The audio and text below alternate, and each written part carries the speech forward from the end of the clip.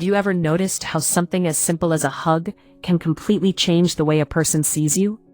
Two people can perform the exact same gesture, the same arms, the same distance, the same moment.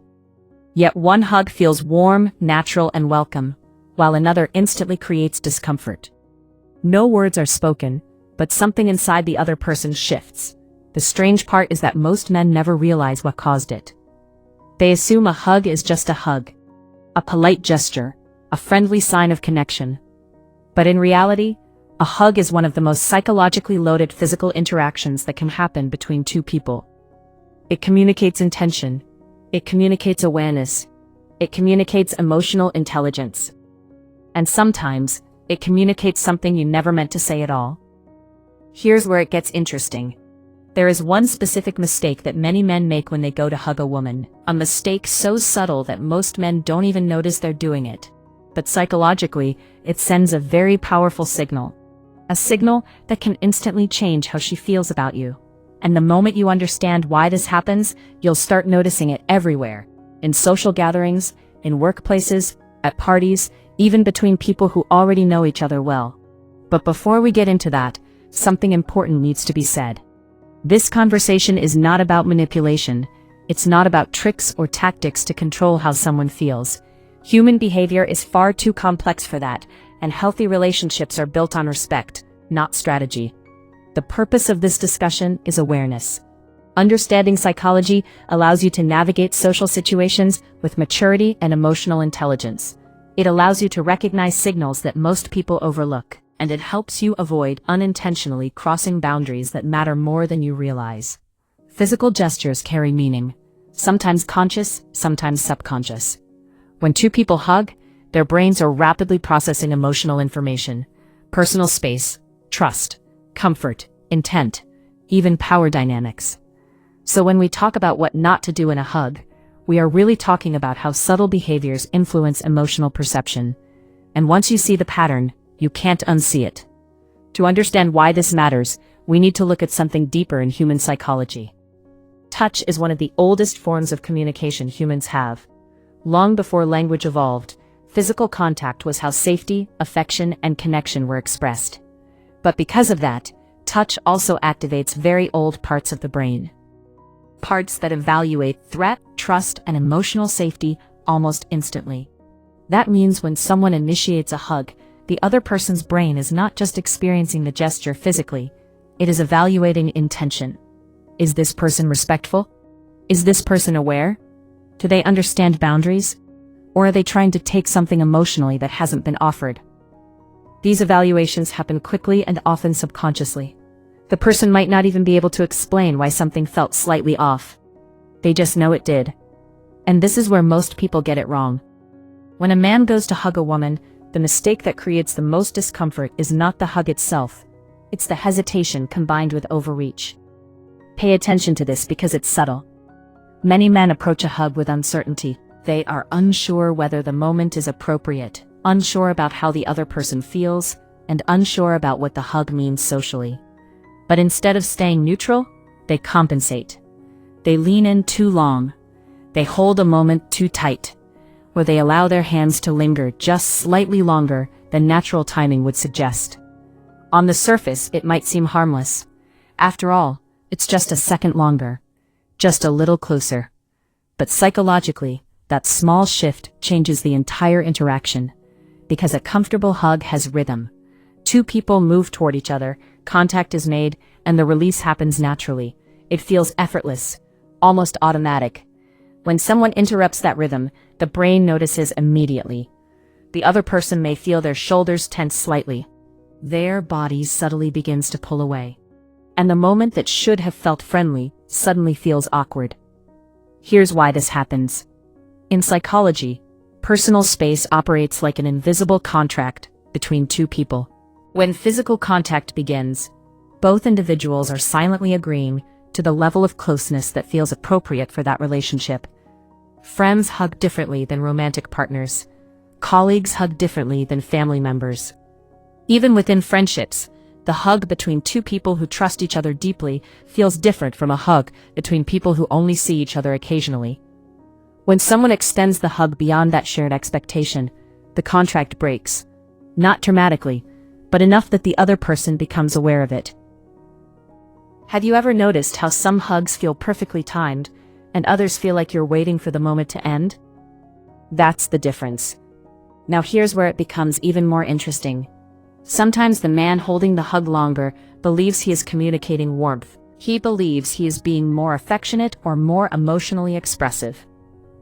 But the other person may interpret the same behavior completely differently. They may read it as uncertainty, or as someone trying too hard to create intimacy that hasn't developed naturally. This is subtle, but powerful. Human beings are extremely sensitive to authenticity in physical behavior.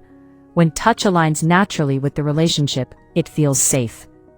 When it feels forced or slightly extended, the brain begins asking quiet questions. Why is this happening? What does this person want? Should I pull away? These thoughts can occur in seconds, but this is only one layer of the psychology, because sometimes the signals are mixed. There are moments when a woman might hug someone warmly in private, but behave more reserved in public.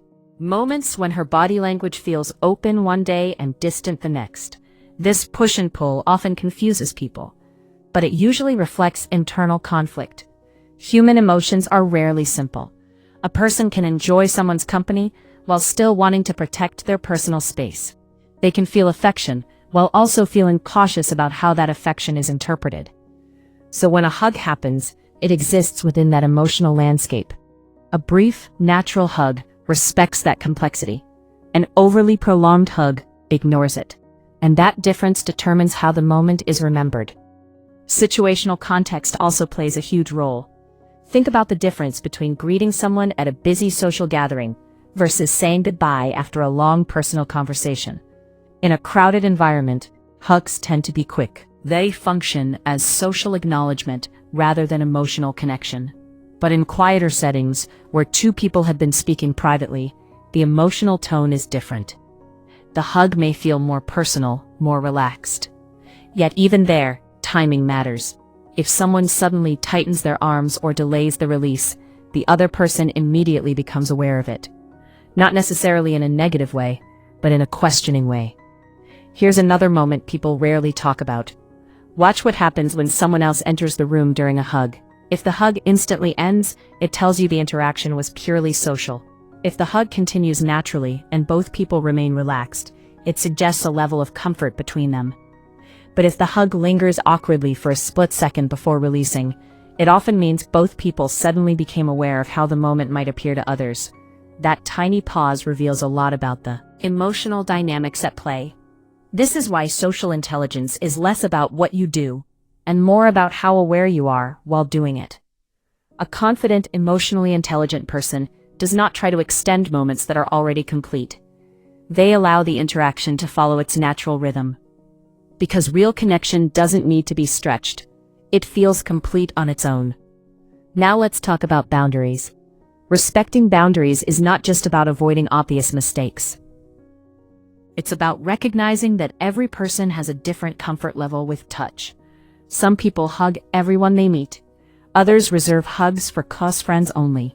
Some people are comfortable with long embraces when they feel emotionally safe. Others prefer brief contact, no matter how close the relationship is. Emotional maturity means observing those differences without trying to change them. And this is where real confidence shows itself. A confident person does not try to extract closeness. They allow closeness to develop naturally. If a hug lasts 2 seconds, they accept that. If a hug feels warmer and longer in another moment, they accept that too. There is no pressure, no subtle attempt to hold on longer than the moment offers. And ironically, that calm respect often makes people feel more comfortable around them. Because when someone knows their boundaries will be respected, their guard lowers. Trust grows quietly. But when someone feels that a moment is being pushed, even slightly, that trust weakens. Not dramatically, just enough that the next interaction becomes more cautious. This brings us back to the original question. When you go to hug a woman, what should you never do? Never hold the moment longer than the connection naturally allows. Never let uncertainty turn into overcompensation. Never assume that extending the hug will create emotional closeness. Because closeness cannot be manufactured in seconds of physical contact. It grows through conversation, trust, shared experiences, and genuine understanding.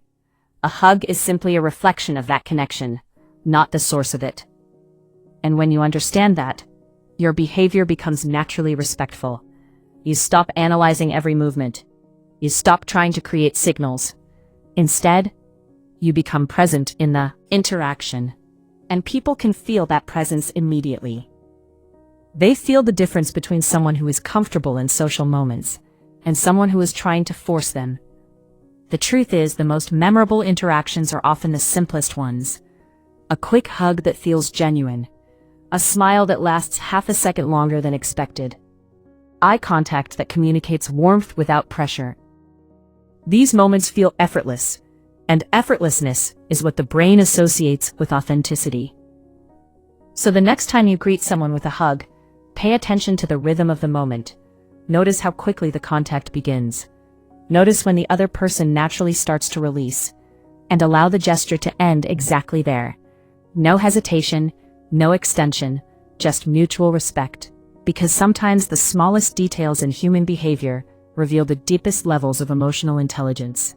You begin noticing these patterns, you start understanding people in a way most